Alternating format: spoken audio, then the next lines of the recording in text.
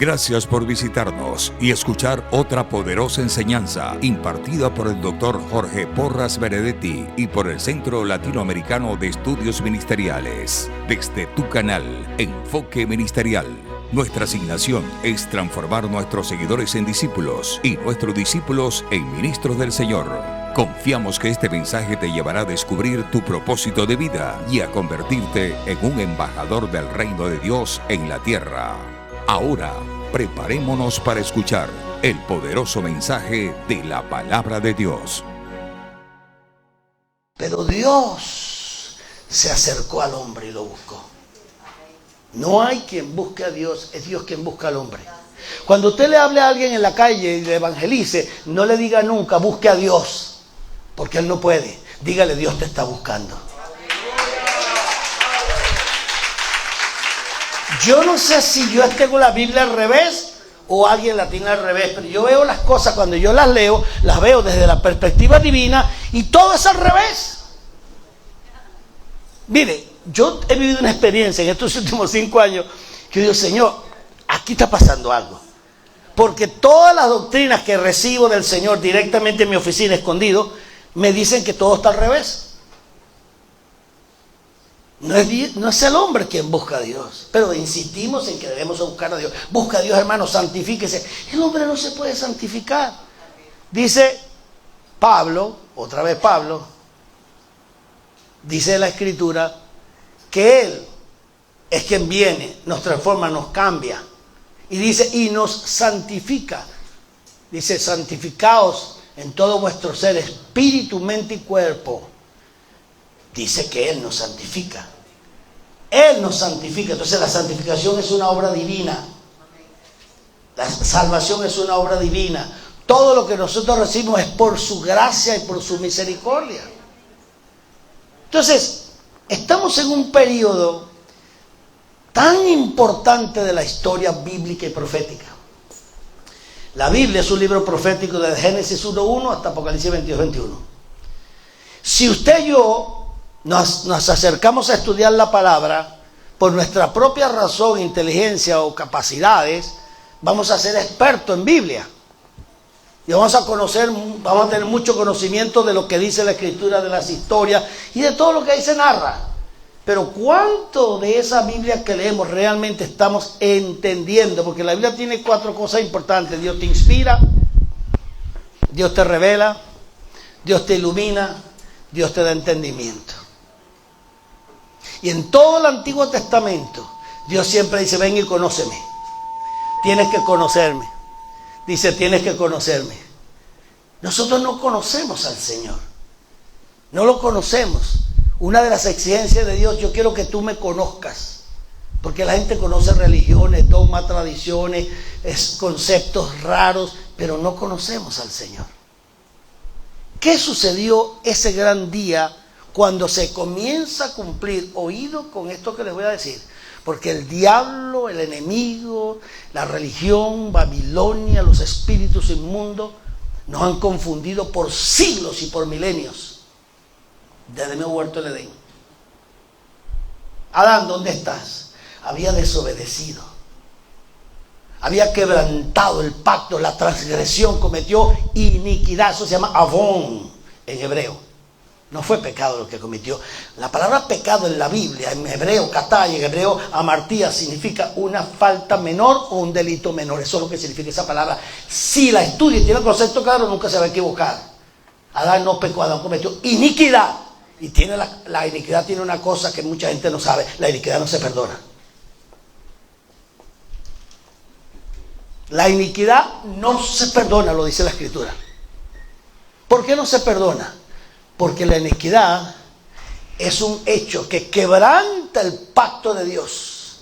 Y Dios para eso no tiene perdón. Dios no perdonó a Adán. Dios le dijo, vamos a hacer un pacto aquí, mató a un animal y voy a hacer un pacto contigo de expiación.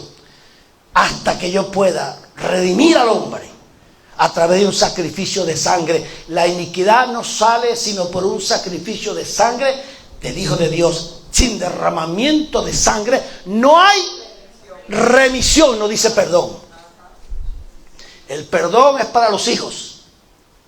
El perdón es para quienes pertenecemos a la familia de Dios. La iniquidad la tiene el mundo. Y para poder sacar la iniquidad del mundo, necesitas presentar a Jesús como el Redentor. Redimir, volver al estado original. Edemer, darte lo que perdiste. Cuando Jesús te redime por su sangre, tú eres restaurado a tu estado original y recuperas todo lo que perdiste. Y volvemos otra vez al principio, a la idea inicial, al plan inicial de Dios. Todo este proceso de 4000 años fue porque Adán, cuando cometió iniquidad, perdió varias cosas. Uno, lo primero que perdió fue el Espíritu Santo. Dos, lo segundo que perdió fue paternidad. Se volvió siervo. Cuidado con la palabra siervo. Todos estamos para servir a Dios. Todos servimos. Esa no es nuestra identidad. Yo no soy un siervo. Yo soy un servidor. Son dos cosas diferentes. Yo soy un hijo de Dios, sacerdote, nación santa y pueblo santo. Esa es la identidad que me da Pedro y le da la Biblia. Y Jesús dijo, yo os no llamaré más siervos. No os llamaré más siervos. Porque el siervo no sabe lo que hace su Señor. Os llamaré ¿qué? Mis hijos, mis amados.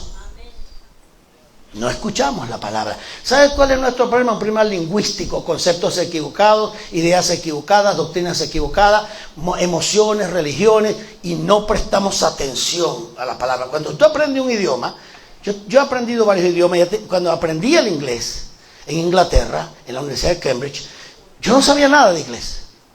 Y tenía que buscar cada concepto de la palabra en los diccionarios ingleses para ver qué esa palabra decía, qué significaba. Terminé aprendiéndome aproximadamente 4500 palabras, hablando en inglés Inglaterra perfecto, no tuve problema, pasé todos los exámenes.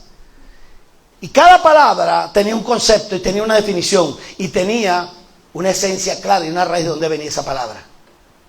Y cuando yo confundí una palabra con la otra, me metí en problemas. El problema nuestro es que tenemos un montón de conceptos equivocados. Y cuando hablamos de la escritura no tenemos los conceptos claros.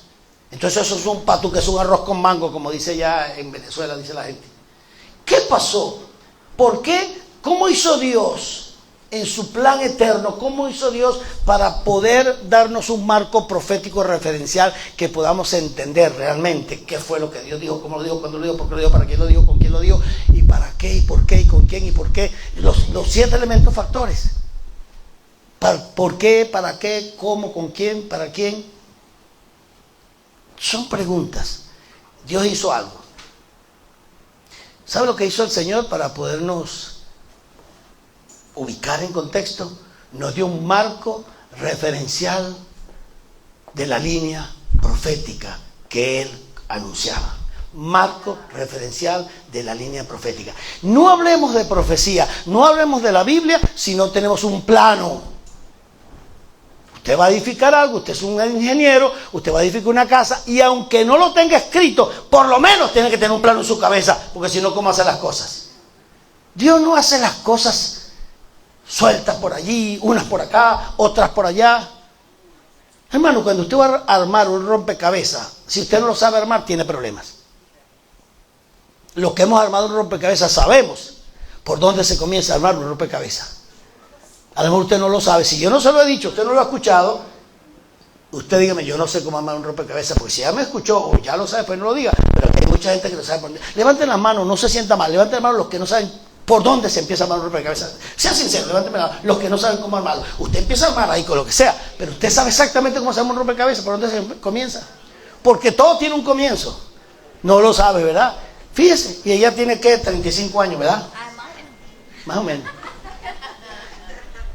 Entonces, ¿cómo se arma un rompecabezas? Porque toda la escritura para nosotros es como un gran rompecabezas. O sea, por acá habla Dios, por aquí habla Abraham, por acá habla Moisés, por allá habla Pablo, por allá habla Juan. Uy, ¿qué creo? ¿Cómo creo? ¿Cómo armo yo todo este gran rompecabezas? Yo me lo decía cuando me convertí, pero esto es un gran rompecabezas. ¿Por dónde empiezo? Con los años aprendí, uno, que Dios es un Dios de diseño. Diga, Dios es un Dios de diseño. Lo ven en Génesis. Dice desde el mismo capítulo 1, versículo 1, muestra su soberanía. Dice, en el principio creó. Bereshit Barak Elohim et Hashamayim ve'ederet.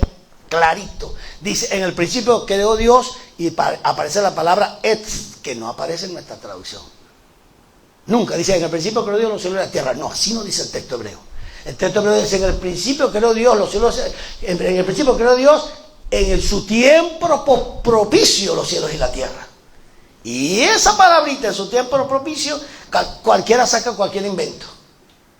Pero cuando tienes esa palabrita que dice, en su tiempo propicio. El tiempo propicio es el tiempo cuando Dios hace las cosas. Dios para todo tiene un tiempo propicio. Tiene un tiempo propicio para que uno nazca, para que uno muera, para que uno haga, para que uno se encuentre en un sitio. Hay un tiempo propicio de Dios. Está el tiempo Zman, que es el cronos griego. Está el tiempo Moedín, que es el tiempo Kairos, que es griego. Yo no hablo ni de Kairos ni de cronos. ¿Por qué? Porque esos son tiempos paganos. Eso no tiene nada que ver con la Biblia. Esa es una traducción al griego. Yo me la devuelvo al hebreo original. Cuando la ves en el hebreo Moedín, no es lo mismo que Kairos. Un tiempo Kairos no es ningún tiempo Kairos. El tiempo es Moedín. Y los tiempos Moedín no son Kairos. Ahí tenemos un problema. Tenemos un lenguaje extraño para interpretar la Biblia. Y viene el enredo que tenemos, el patuque que tenemos en la cabeza, viene porque tenemos conceptos paganos. Decimos Teo es Dios, Teo no es Dios, Teo es Zeus. Teología, no, teología es el estudio de Teo, de Zeus. Monte Olimpo, eso no tiene nada que ver con Biblia. Cuando tú tienes que ver con la Biblia, te dice el Espíritu Santo, yo te lo envío para que leas, entiendas, comprendas, te da verdad, te guía, te revela, te enseña todo. Es el Espíritu Santo. Entonces, ¿qué hizo Dios? Armó un marco profético y nos los puso desde el mismo Génesis, capítulo 1. Y dijo Dios, y dijo Dios, y dijo Dios, y dijo Dios, y dijo Dios. ¿Qué significa eso? Que la verdad sale de la boca de Dios, la creación sale de la boca de Dios, todo lo hecho viene de la boca de Dios. ¿Qué es la verdad? Lo que sale de la boca de Dios. ¿Qué es la verdad? Jesús manifestado en carne, esa es la verdad. Y lo que Él dice. No simplificamos la vida.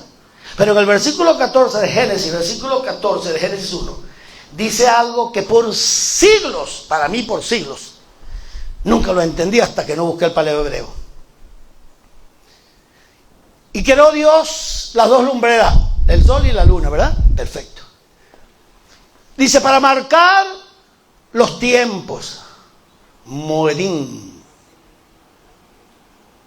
Wow, cuando yo vi esa palabra dije, ¿qué es esto? Para marcar los tiempos como señales. Y puse el sol y la luna para marcar los tiempos como señales. Moedín y los Moedín. En años, días y años. Nos tradujeron la Biblia para marcar las estaciones del año. Primavera, verano, otoño e invierno. Tremenda mentira nos metieron. Eso no tiene nada que ver con esas estaciones del año. Tiene que ver con los Moedín. ¿Y qué es un Moedín en hebreo? Usted está viendo el problema que todos tenemos. Todos somos tan ignorantes de la palabra que a estas alturas, cuando faltan pocos años para la venida de Cristo y el establecimiento del reino, la mayor parte del pueblo de Dios, llamado hoy en día iglesia, no tiene ni idea de qué es eso. Mire, yo he estado en reuniones de cualquier nivel y he hecho preguntas básicas. En una compañía de profetas dije, en una clase de formando profetas dije, ¿cuál es? O a profeta, ¿cuál es la estructura básica profética del mensaje de Dios? ¿Cuál es la estructura básica de la profecía o de hablar en profecía? Y la gente no sabe. ¿Cuál es la estructura básica de un mensaje profético? La gente no sabe. Le hablé a uno que tenía 37 años como profeta y le digo, hermano, ¿cuál es la estructura básica del mensaje profético? Y me dice, no sé. Y yo le dije, me dice que tiene 37 años de profeta y no sabe cuál es la estructura básica. Entonces, ¿qué es lo que tú hablas? Si yo le digo a usted, ¿cuál es el abecedario? Y dice, yo no sé cuál es el abecedario. Entonces ya yo sé que usted no sabe escribir. Ya yo sé que todo lo que usted habla es porque lo oye. No sabe cómo se escribe, no sabe qué significa, porque ¿cómo va a saber qué significa? Es bastante duro. Porque no se sabe el abecedario. Bueno, la estructura profética de un mensaje, si usted no la conoce, si usted ahora mismo me dice, apóstol, yo no tengo ni idea de lo que usted está hablando, buenísimo para usted y para mí, porque nos damos cuenta la ignorante que somos a la escritura. Estamos inventando, escuchamos todas las voces, seamos bereanos. Los bereanos escucharon a Pablo, escucharon a Sila Y dice la Escritura que ellos escuchaban, escuche con mucha atención lo que Pablo y Silas decían. ¿Y qué dice después? Que se iban a su casa a revisar las Escrituras a ver si eso era así. Nosotros, cuando escuchamos un predicador, que llaman predicadores, cuando escuchamos a esos predicadores, la palabra predicador no existe en la Biblia. ¿Qué? No existe. La palabra predicadores sale de ¿quién? De los dominicos de la Iglesia Católica 1250. Los católicos formaron un equipo de predicadores para que fueran a predicar ¿qué? El Evangelio católico romano de las indulgencias. Dios no habla de predicadores. Cuando Dios habla de nosotros, utiliza la palabra queruso. ¿Y qué es un queruso? ¿Un qué? Heraldo. Uno que lee el edicto que dio el rey y lo transmite. Eso es un heraldo, no un predicador. Un predicador opina de lo que dijo Dios. Nosotros no opinamos. Nosotros tenemos que hablar la verdad como Dios la dijo. Mire, un amigo mío, tremendo maestro, un día se preparó para una conferencia a gente muy alta en un país. Y él iba con su mensaje. Y el Señor, en medio de subiendo de la tarima, le dice, pero ahí mismo le dice, ¿qué es lo que tú vas a hablar aquí? Le dice, el mensaje que yo preparé. ¿Y qué vas a hablar? Bueno, voy a predicar sobre tal y tal cosa. Y él le dice, Señor, pero yo nunca te enseñé a predicar. En mi vida yo no hablo de predicar. Yo te estoy hablando qué es lo que vas a proclamar ahí, porque eso que tú preparaste es tu predicación, pero ¿dónde está mi mensaje? Y antes de subir, estaba en el púlpito y estaba trancado, no sabía qué decir. Lo contó. Yo le digo, ¿dónde está lo que vas a proclamar aquí? Porque tú vas a predicar. A mí no me interesa que tú prediques, yo no te llamé a predicar, yo te llamé a anunciar el Evangelio del Reino. ¿Qué vas a hacer aquí? Él tuvo que hacer así, todo le cambió. Y entendió que la palabra que él usó no es predicar, es proclamar. Y cuando un rey da un edicto, el heraldo del rey sale y abre el edicto. Dice, así dice el rey. ¡Bum! Y lee lo que dijo el rey. Y no dice nada. O es que se para el heraldo. Bueno, a mí me parece que este rey está loco. Yo creo que él no está... No opina. Simplemente lee el edicto. ¿Qué hacemos los predicadores? Empezamos a opinar. Bueno, a mí me parece, al otro le parece, aquel. Y de ahí surgen ¿qué? ¿De dónde surgen todas las denominaciones de los predicadores? Cada quien dio su opinión. Y de ahí vienen todos los concilios y las organizaciones, las opiniones de los hombres. Si tuviéramos la proclama, la leyéramos correctamente, 1, es un diseño. 2, el diseño es un reino. 3, el reino tiene embajadores y ciudadanos de un reino. El reino no tiene miembros, tiene ciudadanos que tienen derecho.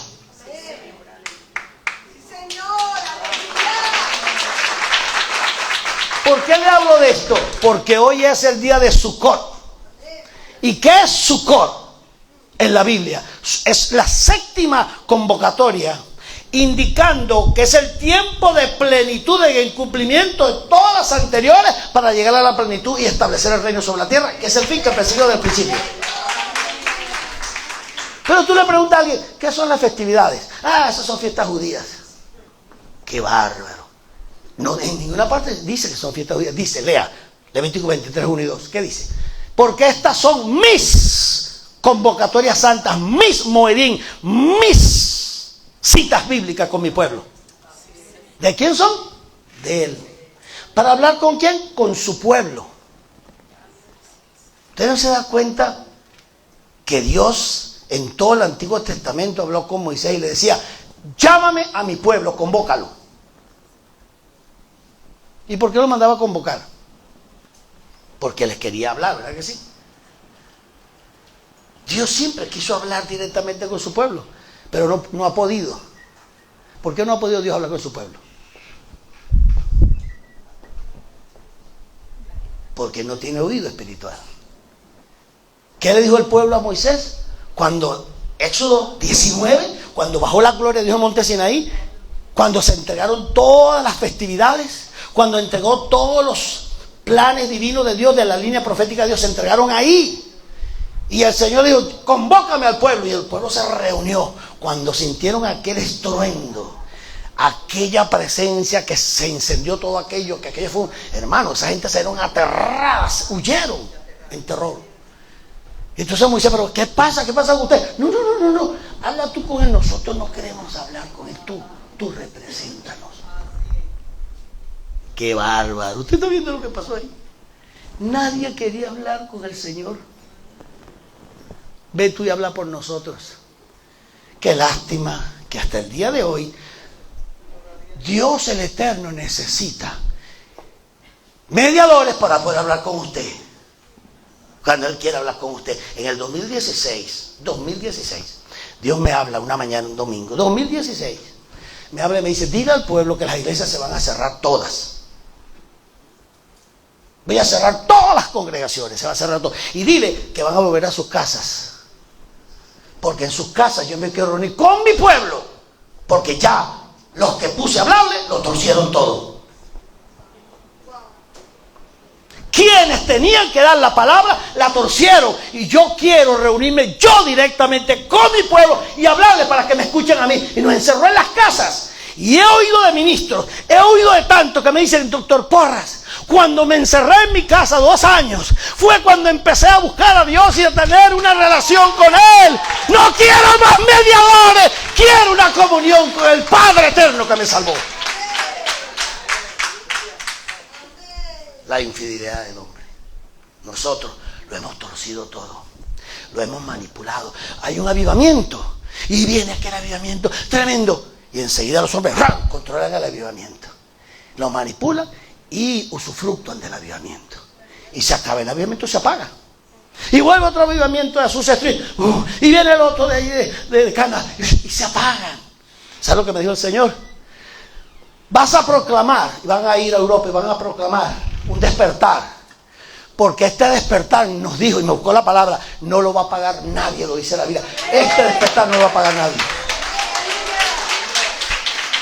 Porque este despertar no es de ustedes, nos dijo a nosotros. Esto no es de ustedes. Dile que es mi despertar. Y el que lo quiera tomar, yo me voy a comunicar con él. Me le voy a aparecer, le voy a hablar. Si tengo que enviar a mis ángeles, se los envío. Pero este despertar lo estoy produciendo yo. Y no va a haber hombre que lo controle.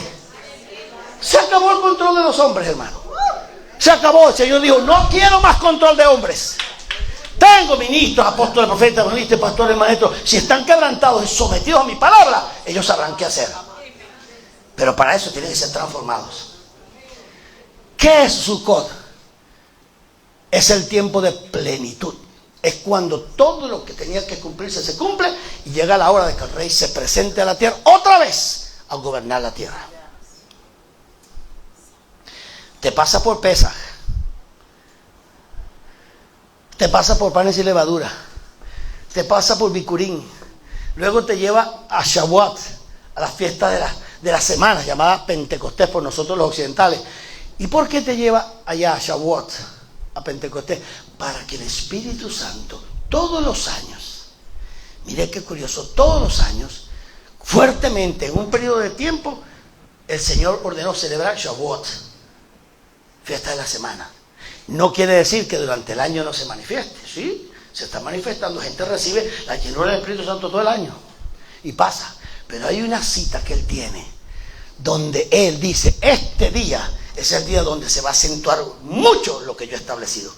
Y ese día de Shavuot es el día cuando baja el poder de Dios como bajó el día de Pentecostés después de la resurrección de Yeshua.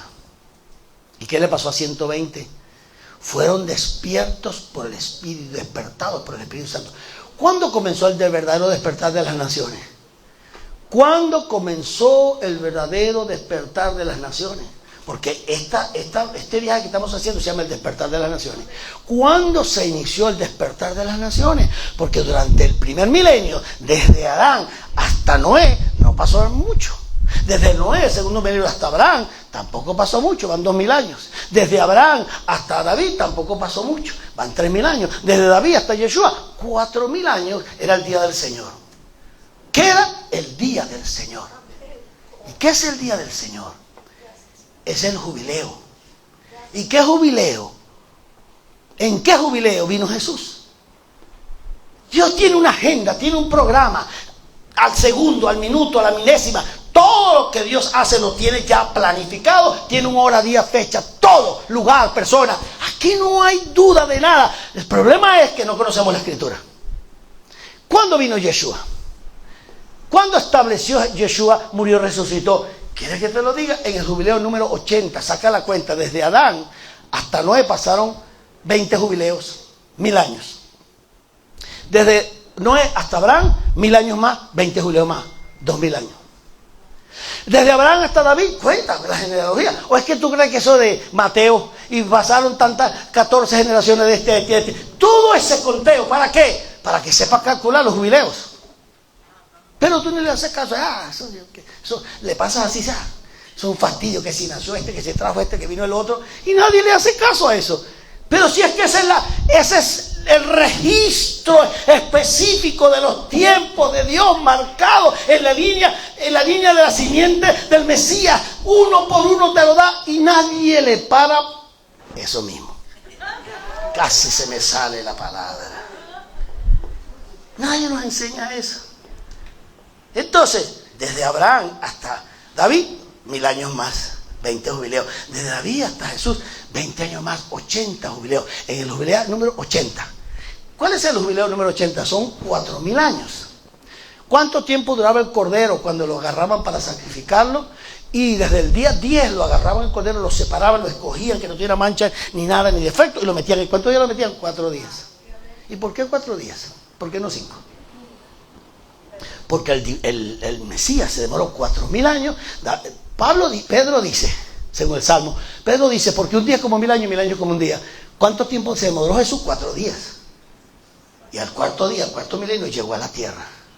Perfectamente cronometrado por la palabra bíblica, por el calendario de Dios. Nuestro problema, si yo te digo a ti, ¿qué día es hoy? Me dice 29 de septiembre, ¿y qué hora? Y me dice la hora. ¿Por qué sabes la hora? Porque si tú no tienes ni hora ni día, tú te pierdes. ¿Cómo está la iglesia? No sabes dónde anda.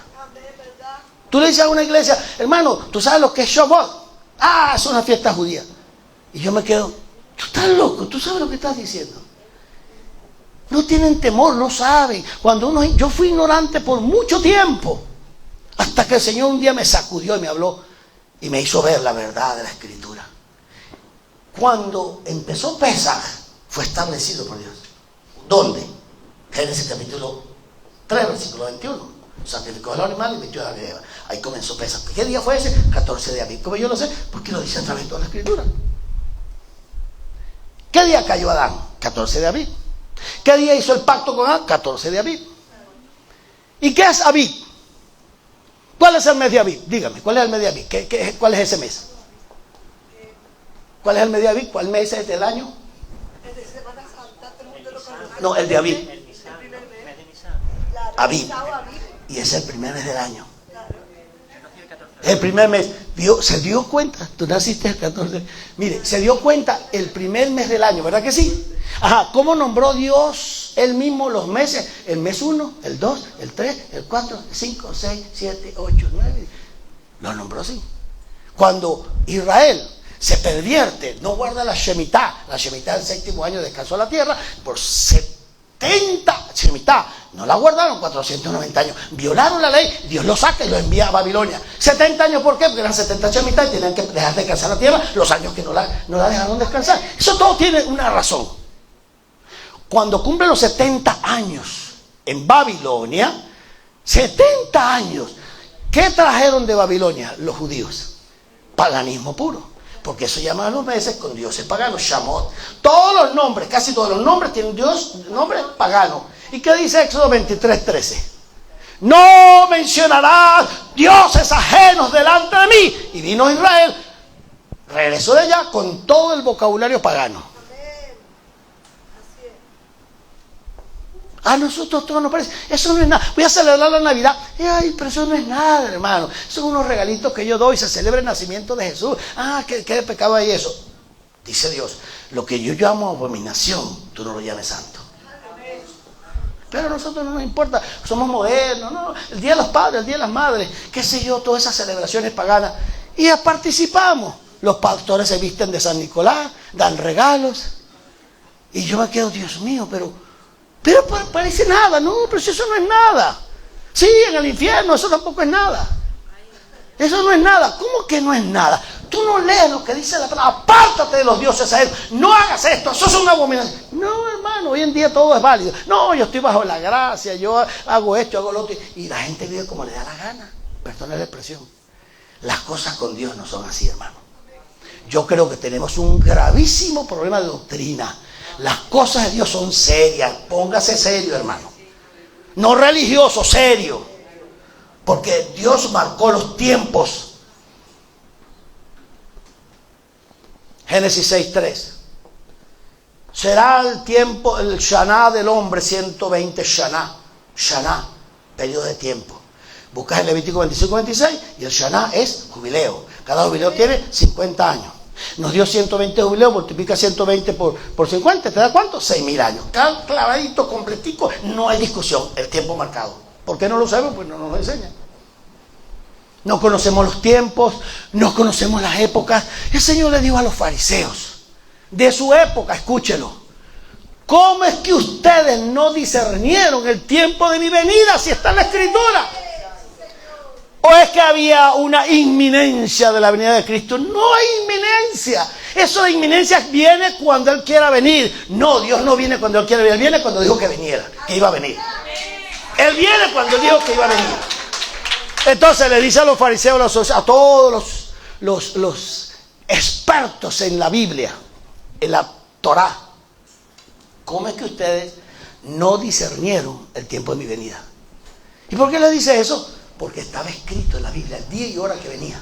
Día, hora. Mire, está tan claro que cuando yo encontré eso, yo decía: Dios mío, pero qué brutos somos, qué tarados. Cuando Ciro habla con Daniel, que Daniel le muestra a Ciro, no sé si sabe, Daniel le mostró a Ciro que Isaías 45 lo había profetizado, versículo 1, diciendo: Él será mi ungido, será Ciro, Él lo usaré para sacar a mi pueblo de Babilonia. 150 años antes lo nombró con un nombre y todo a Ciro. Cuando Daniel está sirviéndole a Ciro, Daniel conocía la Escritura y le dice: mire, mi rey, aquí está usted. ¿Y por qué yo estoy ahí? Porque Dios le dio toda esta victoria, dice la Escritura, le dio toda esta victoria. Usted caminaría con una fuerza, aquí está, mire lo que dice, y usted conquistaría Babilonia. Y le gustó la Escritura. ¡Wow! ¿Y qué necesitas? Llegó el tiempo en que firme el edicto, porque nos vamos. Y Ciro firmó todo, año 457 a.C., y soltó al pueblo, como estaba en la Escritura. Cuando pasan los años, tú cuentas 457 hasta el nacimiento de Jesús, te das cuenta que faltan 30 años.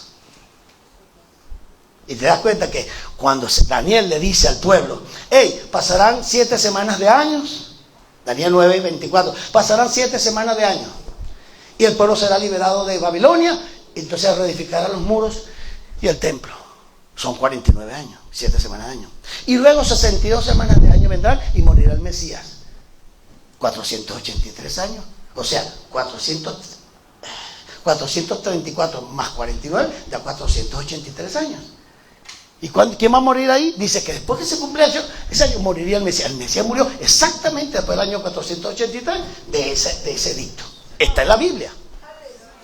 Y murió el día y la hora que tenía que morir. Entonces le dice a los fariseos: ustedes tienen eso en la Biblia, ustedes saben el hebreo, ¿por qué no sabían el tiempo de venir si está ahí en la Escritura? ¿Cómo es posible que no lo sepan? Ahora la pregunta es: ¿dijo el Señor cuándo venía ahora? Sí lo dijo. Y dijo día y hora. Pero nos malinterpretaron la Escritura. Nadie sabe, ninguno puede saberlo sino el Padre que está en los cielos. Más nadie. Es correcto, solo el Padre lo sabe. ¿Y qué dice la Biblia? Mi Padre no hace nada en la tierra si antes revelación suyo a los profetas. O sea, ¿cómo es la cosa?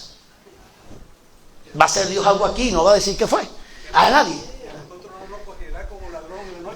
Pablo lo dice. Claro, primera Tesalonicenses 5, del 1 al final. Dice: porque el día del Señor no nos sorprenderá a nosotros como ladrón en la noche. ¿Por qué como ladrón en la noche? ¿Por qué habla de ladrón en la noche? Porque el día del levantamiento es luna nueva y no hay luz. Mire, los detalles son tan claros en las Escrituras que el Señor viene un día cuando hay luna nueva, que todo está oscuro. Y Pablo lo dice. ¿Por qué? Porque en la Escritura está que durante la fiesta de Yom Teruah, cuando se levantará el pueblo. Lo dice la Escritura. ¿Pero qué ha hecho el diablo? Eso nadie sabe, nadie conoce los tiempos. Y enredan a todo el mundo, hermano. Enredan a todo el mundo. Entonces, eso es una mentira satánica. Eso fue lo que le pasó a los judíos. No entienden mi venida. ¿Por qué no lo entienden? Si está en la Escritura. Porque al diablo le cegó el entendimiento. ¿Cómo? Con la religión y las tradiciones. Usted tiene que tomar una decisión hoy, porque nosotros no venimos aquí a pasear, vinimos aquí a despertar España, a despertar esta tierra. Dios me preparó, y ahí está mi esposa. Tengo 46 años de esto, y me dijo: yo te he preparado durante estos años para que cumplas el ministerio que tengo para ti. 46 años preparándome para decir esto. Me dijo: ahora es el momento que vas a hablar lo que yo te he enseñado. No te van a creer mucho, pero los que tienen oídos para mí van a oír la palabra y se van a convertir y van a despertar. Estamos en la festividad de Sukkot, Pesaj, primera festividad, primera convocatoria. ¿Qué fue? Redención. ¿Qué sucedió en Pesaj? ¿Qué sucedió en Pesaj? Escuche la pregunta. ¿Qué nació en Pesaj? ¿Qué sucedió en Pesaj? Porque la Iglesia Católica nos mintió. La gran mentira la metió la Iglesia Católica. ¿Qué dice la Iglesia Católica de Pesaj? Que ese día nació la Iglesia Católica.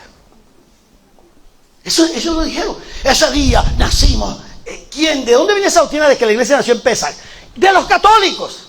Y la Iglesia Evangélica se la tragó completica. ¿Nació la Iglesia Católica en Pesaj? No. ¿Qué fue lo que pasó en Pesaj? ¿Qué era lo que estaba anunciado? Estaba anunciado con Joel que vendría el Espíritu Santo. Y dice el día que vendría el Espíritu Santo, ¿y qué haría? Llenaría a los discípulos, los llenaría y hablarían lenguas y entenderían y comprenderían. Entonces, ¿qué fue lo que se restableció en Pesaj? Uno, el Espíritu Santo en el hombre. Primero nació el hombre y se restauró el Espíritu Santo, correcto. Segundo, ¿qué fue restablecido ese día? El reino de Dios. Por primera vez en 4000 años, el reino de Dios es puesto en el hombre otra vez. Ese es Shavuot. Pesaj tiene que ver con ¿qué? Con el sacrificio. Shavuot tiene con el restablecimiento del reino.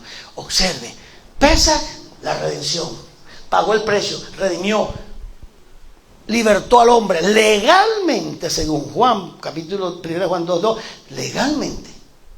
Dice, no lo digo yo, lo dice Juan. Yo no opino. Yo estoy diciendo lo que dice Juan. Lee lo que dice el apóstol Juan ahí. Primera de Juan 2:2. Dice: porque nosotros fuimos redimidos por nuestro Señor. Dice Juan. Y después dice, él dice, no yo. Y no solo nosotros, sino todo el mundo. Ahora, tú dime, porque yo no fui el que dije eso. Dime qué significa eso. Que legalmente, ante el trono divino, el sacrificio de Jesús completó la redención. Y que el mundo legalmente tiene redención. Tiene oportunidad. Todo el mundo. Yo no quiero que nadie perezca, sino que todos procedan al arrepentimiento. ¿Lo viste? O sea, que todo el mundo tiene la oportunidad. Porque redimió a todo el mundo. Ahora, ¿cómo es que se produce el nuevo nacimiento? Ahí viene la intervención del Espíritu Santo. Porque lo que le dijo Jesús a sus discípulos fue muy duro. Juan, en Mateo 13:10, él estaba proclamando, hablando frente a los saduceos, los fariseos, y les dijo, les hablaba en parábola. Entonces los discípulos del Señor dicen: oye, pero ¿por qué le habla? Mire qué osadía los de estos discípulos ignorantes. Ignorantes, yo no sabía nada. ¿Hasta cuándo habré de soportarlo? No entendían una papa porque no tenían el Espíritu Santo, hermano, eran pescadores, para eso no sabían nada de la Escritura. Lo básico, lo que le enseñan en la sinagoga judía, alajá, minjaín. ¿Qué van a hacer esos tipos de Biblia? ¿Qué sabe un judío de Biblia? Los judíos son los que menos saben de la Biblia. ¿Cómo eso? Son los que menos saben. Porque la tienen torcida. Hablan de alajá, hablan de tradiciones, de todo, menos de la palabra, porque no tienen el Espíritu Santo. Nadie sabe de la Biblia si no tiene el Espíritu Santo. ¿Quiénes fueron los que mataron a Jesús? ¿Los mundanos? ¿El gobierno? ¿Pilato? No. Es más, las únicas dos personas que hablaron el lenguaje de Jesús fue Pilato y el centurión. No, lo rompieron, lo rompieron. No lo conocen. Entonces, ¿con quién se entendió Jesús? Las dos personajes más, los tres, te voy a dar tres. Los tres personajes más sobresalientes en todo el Nuevo Testamento: una sirofenicia, un soldado romano y Pilato. Entonces tú dices, ¿qué? Los judíos no entendían nada. El peor enemigo que tuvo Jesús, el peor enemigo no fue el diablo, eran los religiosos. El peor enemigo de Cristo fueron quienes lo enviaron al Calvario, fueron los religiosos. Fíjate la conversación de Jesús con la sirofenicia. Señor, mi hijo está enfermo, ayúdame, Señor. Señor, escuche, dura la palabra, dura. Hija, perdóname, pero el pan que es para los hijos no se le puede dar a los perros, no a los perrillos, perros. ¿Qué son los perros? Los paganos. No se le puede dar a los perros. Aquella mujer era sirofenicia. Esa parte del norte se había, en el 722 a.C., se había asimilado dentro de ¿qué? De los seleucitas, ¿verdad? Y entonces había sido tomado por paganismo y se asimilaron en el paganismo, y todo el norte, Galilea para arriba, Samaria era la capital, eso era demonio según los judíos tradicionales. Entonces el que viniera de Samaria estaba endemoniado, el que decía estaba endemoniado. ¿Por qué Jesús tiró la parábola del samaritano? ¿Por qué hablo del samaritano? Un samaritano dice, bueno, un hombre quedó herido en el camino, pasó un cura, pasó un sacerdote, pasó un levita, y nada, no hicieron nada por él, hablándole a la religiosos de ese tiempo. Pero vino un samaritano. ¿Por qué dice un samaritano? Como le decían a Jesús que tenía demonios, ellos llamaban a Jesús samaritano. Y vino un samaritano, lo recogió, lo vendó, lo llevó al hotel, le pagó todo, le limpió, hizo todo, y le dijo, hey, atiéndemelo hasta que yo venga. Cuando yo venga te pago toda la cuenta. No sé si está entendiendo la redención. Yo pago toda la cuenta. Desde que yo entendí que él es mi samaritano, ya yo no pago más cuenta. Desde que yo entendí que ese samaritano, hermano, pagó toda la cuenta por mí, yo no pago más cuenta. Yo tengo 46 años que no trabajo en el mundo. 46. Yo no pago cuenta, yo tengo una cuenta básica de 35 o 40 mil dólares. Yo más nunca pagué cuenta, ustedes lo saben, yo se lo he dicho. ¿Por qué? Porque yo entendí el mensaje de Jesús en Mateo 6:33. Busca primeramente mi reino y mi justicia, y todas estas cosas, ¿cuáles? Leí anteriormente lo que buscan los gentiles. Dice, no sean como los gentiles que andan buscando comida, trabajando, matándose para poder sobrevivir. Dice, no sean como gentiles. Está dura la palabra, ¿no? No sean como gentiles. ¿Por qué le dice? Porque los gentiles buscan esas cosas. No os afanéis por nada de eso. Porque vuestro Padre, está hablando de los que tienen el reino, los que entienden la palabra de reino que ministró Jesús. Porque mi Padre sabe de qué cosa tenéis necesidad antes que ustedes se la pidan. Ay, hermano, y cuando leí eso quedé frito. Y yo soy un pagano. Dios mío. Yo no vivo de eso, yo no creo en eso, yo no entiendo nada de esto. Y entendí lo que era vivir el reino. Termino. ¿Qué pasó el día Pesaj? Redención. Fuimos redimidos de toda maldición. ¿Qué pasó 50 días después? Fíjense, 50 días después. ¿Qué pasó? Vino el Espíritu Santo y nos llenó. Cayó el Espíritu Santo y nos llenó. ¿Y qué pasó ese día? Se restableció ¿qué? El Espíritu Santo en el hombre. Y lo segundo, el reino. Se restableció el reino de Dios. No nació ninguna iglesia católica, hermano. Escúcheme, no nació ninguna, porque no es la culpa de la iglesia evangélica. Yo no estoy tirando a la iglesia evangélica, estoy diciendo la iglesia católica fue la que puso ese precedente de que ellos habían nacido ese día. Y eso es falso. Porque la iglesia católica nació básicamente con Constantino, cuando la declaró religión de la comunidad romana. Y en el 380 se firmó el pacto completo de la Iglesia Católica Romana. Ahí se estableció oficialmente la Iglesia Católica Romana. ¿Pero qué nació el día de Pentecostés? ¿Qué fue lo que pasó? Se restableció. Señor, ¿y cuándo restablecerás el reino? Hechos 1. Ustedes, eso no es para ustedes ahora, pero ustedes recibirán el Espíritu Santo y me seréis testigos. No van a poder testificar del reino hasta que ustedes no reciban el Espíritu Santo, porque no saben nada. Y a ti, Pedro, te voy a dar las llaves del reino de los cielos. ¿Qué es eso? Dale las llaves. Que cuando se paró Pedro, que vino el Espíritu Santo y los llenó a todos, Pedro agarró las llaves, por decirlo literalmente, abrió los cielos. ¿Cómo lo abrió? Fue el primer hombre, después de que Jesús resucitó, que dio el mensaje del reino de los cielos. Se ha manifestado en este tiempo. Él fue el que abrió el reino al mundo, fue el que dio el mensaje de la apertura, para que proclamáramos un reino, no la Iglesia Católica Romana. ni un sistema católico democrático que votan y votan y demás. Eso no fue lo que Jesús jamás habló de sistema católico romano, jamás habló de este sistema que tenemos, habló de un reino, enseñó la doctrina de un reino, proclamó un reino, enseñó un reino y viene a establecer un reino. No hay otro mensaje de Jesús, pero lo cambiamos. Como lo cambiamos, entonces estamos sufriendo las consecuencias de nuestra ignorancia por no escudriñar las Escrituras. Atrévase a revisar. Atrévase a revisar las Escrituras. No la lea, escudriñela. Y usted va a ver la verdad en las Escrituras. Porque cuando usted empieza a buscar, Jesús le dijo a los discípulos: yo hablo en parábolas. ¿Por qué hablas en parábolas? ¿Por qué no le hablas claramente? El profeta Asaf, Salmo 78, dijo que el Mesías hablaría al pueblo en parábolas. Profeta Asaf, cantor y profeta. Salmo 78, leo. Jesús le dice: pero entonces ¿dónde está la doctrina? ¿Sabe por qué yo hablo en palabras? Le digo: para que oyendo no oigan, y viendo no vean, y ni entiendan ni se conviertan. Y entonces, ¿para qué vino Jesús? ¿Y a quién le hablaba? A la nación de Israel. ¿Y por qué le hablaba así? Dice, porque han engrosado su corazón. Entonces le digo: pero ustedes han sido los escogidos. Esta palabra del reino y estos misterios no son dados a ellos, ni a la religión, ni al mundo. Estos son misterios que solamente yo le voy a explicar a los que pertenecen al reino. Los separó y les explicó las parábolas. Una por una se las explicaba. ¿A quién? A ellos, porque eran los herederos. Amén. Entonces a ti te tocan los misterios. Nosotros tenemos las llaves del misterio de Dios. El Señor nos entregó el poder para establecer reino. Pero ¿qué hace? Tenemos religión, dogmas, tradiciones. Los hombres nos manipulan. Estamos edificando, como hablaba mi hermano Cere el otro día, estamos edificando una iglesia.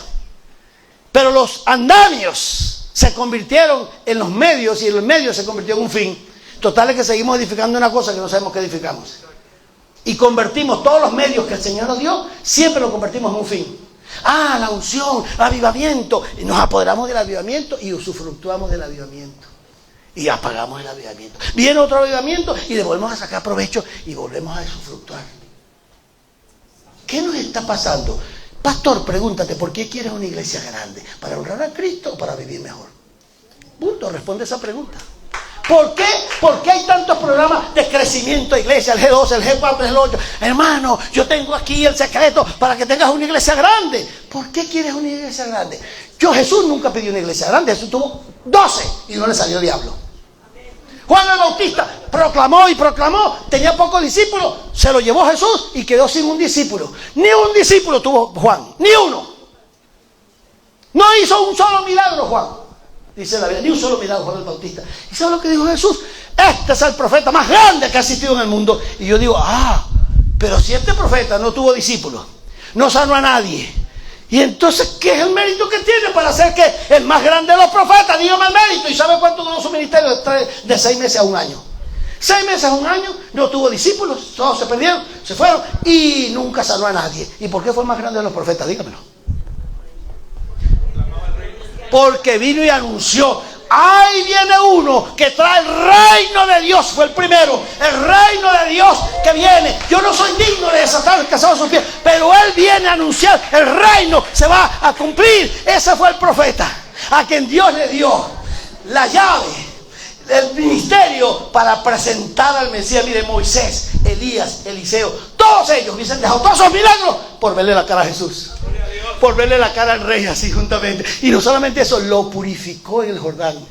No lo bautizó, lo purificó. Es tevilá, no es bautismo, es tevilá. Tevilá es purificación. Lo purificó y cuando salió del agua se abrieron los cielos. Este es mi hijo amado, el que me he complacido. El Espíritu Santo. Juan dijo: terminé mi oficio, y simplemente salió del panorama. 6 meses a 1 año. Y fue el más grande de los profetas. ¿Por qué? Porque hizo exactamente lo que Dios dijo que hiciera. Aquí no se trata de cuánto tú haces para Dios, ni cuánta iglesia levantas, ni cuántas almas te ganas. No se trata de eso. Hay que ganar vida y hay que hacer muchas cosas. Pero tu ministerio se trata de una sola cosa: conseguir cuál es tu propósito de vida. ¿Qué Dios te mandó a hacer? Y haz lo que Él te mandó a hacer. Ese es tu galardón. No te pongas a imitar a nadie. Al que tiene radio, yo radio. Al que tiene una iglesia grande, yo también una. Hermano, ¿cuál es el propósito para ti? ¿A qué te llamó Dios? Me llamó a atender viejitas, atender a las viejitas. Me llamó a trabajar con niños, trabaja con los niños. Me llamó a trabajar con ancianos, trabaja con ancianos. Me llamó a evangelizar, evangeliza. ¿A qué te llamó el Señor? Cumple tu propósito de vida, porque la única recompensa que tú vas a recibir del Señor es aquella por la cual Él te llamó. Si tú hiciste todo lo que hiciste, diste toda tu vida, pero no cumpliste lo que te mandó a hacer, tú eres un desobediente. Bueno, Señor, pero yo abrí 700 iglesias y prediqué 400 campañas. Y Él te dice, ¿quién te mandó a ti a hacer eso? Bueno, yo lo hice porque yo tenía que ir allá y acá. Pero yo a ti te hablé y te dije que ibas a hacer. Porque usted no... Pues sí, usted no puede lanzarse para pastor porque usted cree que es bueno lanzarse a pastor. Usted no se puede lanzar, yo voy a ser evangelista. Pero espera, hermano, eso tiene una asignación de Dios. Él es el que da los dones. Y si Él no te da a ti el don de evangelista, ¿qué haces tú evangelista, cumpliendo un oficio evangelista? Si no te da el don de pastor, ¿qué haces pastoreando? ¿Tú no te has dado cuenta que casi todos los cantantes, cuando ya fracasan en el canto, ¿qué hacen? Se van al pastorado. ¿Y qué es lo que hacen? Buscando la plata para vivir.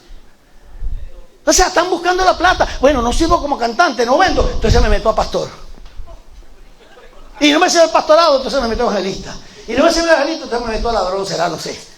Hermano, estamos saltando de una cosa a otra porque no tenemos comunión con el Espíritu Santo. Este mensaje es duro, pero te va a hacer reaccionar. Pasa horas ante el Espíritu Santo. Dile, ¿tú me llamaste a mí a pastorear? Yo tiré un mensaje así, en New London, Connecticut, en Estados Unidos, a un grupo de pastores. 3 renunciaron aquella noche y casi todos se fueron tristes. Porque dije, tú eres pastor, ¿quién te llamaste al pastorado? Dime cuál fue tu experiencia. ¿Cuál fue tu experiencia para tú estar en el pastorado? Nadie me dijo nada. ¿Cómo sabes tú que tú eres un pastor? Nadie contestaba. Y hubo otra vez que dijeron, hermano Porras, ore por mí, yo no quiero ser pastor. Se dividió la iglesia, me pusieron y yo no aguanto esto, yo no quiero ser más pastor. Lloraba y el otro pegaba gritos y yo, ay Dios, ¿qué está pasando aquí? Y los otros así, nadie contestaba. Ninguno tenía testimonio de que había sido llamado al pastorado. ¿Qué está pasando? Algo extraño está pasando en el sistema eclesiástico. Somos su iglesia, somos su cuerpo, ¿verdad? Iglesia significa asamblea. Somos su asamblea, pero esa asamblea de la cual habla Cristo es una asamblea de gobernantes. Es el gabinete de gobierno de Él, como lo tenía Moisés. Entonces, terminemos. Sukkot es esta festividad. Se va a cumplir dentro de eso. Cuando empiece la semana 70 de Daniel, los 7 años. Cuando empiece esa semana, el 7º año de esta fiesta, que es la última que se va a celebrar, es cuando el Mesías va a establecer su reino sobre la tierra. Y el día que Él establezca el reino, viene la plenitud de todo lo que Dios dijo desde Génesis hasta los tiempos. Esas fiestas marcan los tiempos proféticos. 4 se han cumplido, faltan 3. Y cuando esas 3 festividades tengan un cumplimiento literal de esas festividades, entonces el Señor estará sobre la tierra. Es un reloj, es un almanaque, es una agenda profética que si no la conoces, jamás vas a dar en el blanco. Dios me lo bendiga, muchachos. Gracias por escuchar este mensaje. Confiamos que ha sido de gran bendición para tu vida. Esperamos que lo puedas compartir con tus familiares y amigos. Nuestra meta es enseñarte nuevas ideas, principios y oportunidades para que descubras tu propósito de vida y ministerio. Agradecemos que con tu amor y apoyo te hayas unido como patrocinante o inversionista de este ministerio. Y eso ha hecho posible que CLEN y Enfoque Ministerial estén alcanzando las naciones. Por favor, visítanos y únete a www.clenstudios.com para productos, patrocinios o para más eventos online alrededor del mundo.